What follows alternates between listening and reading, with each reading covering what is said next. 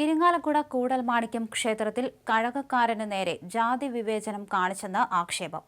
Devaswom recruitment board വഴി നിയമിച്ച ബാലു എന്ന യുവാവിനെ ഓഫീസിലേക്ക് മാറ്റി. തന്ത്രി വാര്യർ സമാജം എതിർപ്പിനെ തുടർന്നാണ് കഴകക്കാരനെ മാറ്റിയത്. ബാലുവിനെ മാറ്റണമെന്നാവശ്യപ്പെട്ട് ക്ഷേത്രത്തിലെ 6 തന്ത്രിമാർ ദേവസ്വത്തിന് കത്തു നൽകി. ദേവസ്വം റിക്രൂട്ട്മെന്റ് ബോർഡ് വഴി കഴക പ്രവർത്തിക്കാണ് ബാലുവിനെ നിയമിച്ചത്. സ്ഥലമാറ്റം താൽക്കാലികം എന്ന ദേവസ്വം ബോർഡ് അംഗം അഡ്വക്കേറ്റ് കെ.ജി. അജയകുമാർ വിശദീകരിച്ചു. ഉത്സവം സുഗമമായി നടക്കുന്നതിന് വേണ്ടിയാണ് യുവാവിനെ താൽക്കാലികമായി ഓഫീസിലേക്ക് മാറ്റിയതെന്നും അദ്ദേഹം പറഞ്ഞു. ഫെബ്രുവരി 24-നാണ് വിവാദ നിയമനം നടന്നത്. ഇന്ന് ക്ഷേത്രത്തിൽ പ്രതിഷ്ഠാദിനം നടക്കുകയാണ്. ഈഴവൻ ആയതിനാൽ കഴക പ്രവൃത്തി ചെയ്യാനാവില്ല എന്ന നിലപാടാണ് തന്ത്രിമാരും വാര്യർ സമാജവും എടുത്തതെന്ന് ഭരണസമിതി വ്യക്തമാക്കി.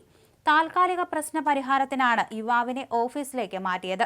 തുടർന്ന് ബാലു 7 ദിവസത്തെ അവധിയിൽ പ്രവേശിച്ചു. കാരായ്മ പ്രവൃത്തി ചെയ്തു വരുന്ന സമുദായങ്ങൾക്ക് പൂർണ്ണ പിന്തുണ കൊടുക്കുക എന്നതാണ് വാര്യർ സമാജത്തിന്റെ നിലപാട് എന്ന് സംസ്ഥാന ട്രഷറർ ഗിരി മൂർഖനാട് പറഞ്ഞു.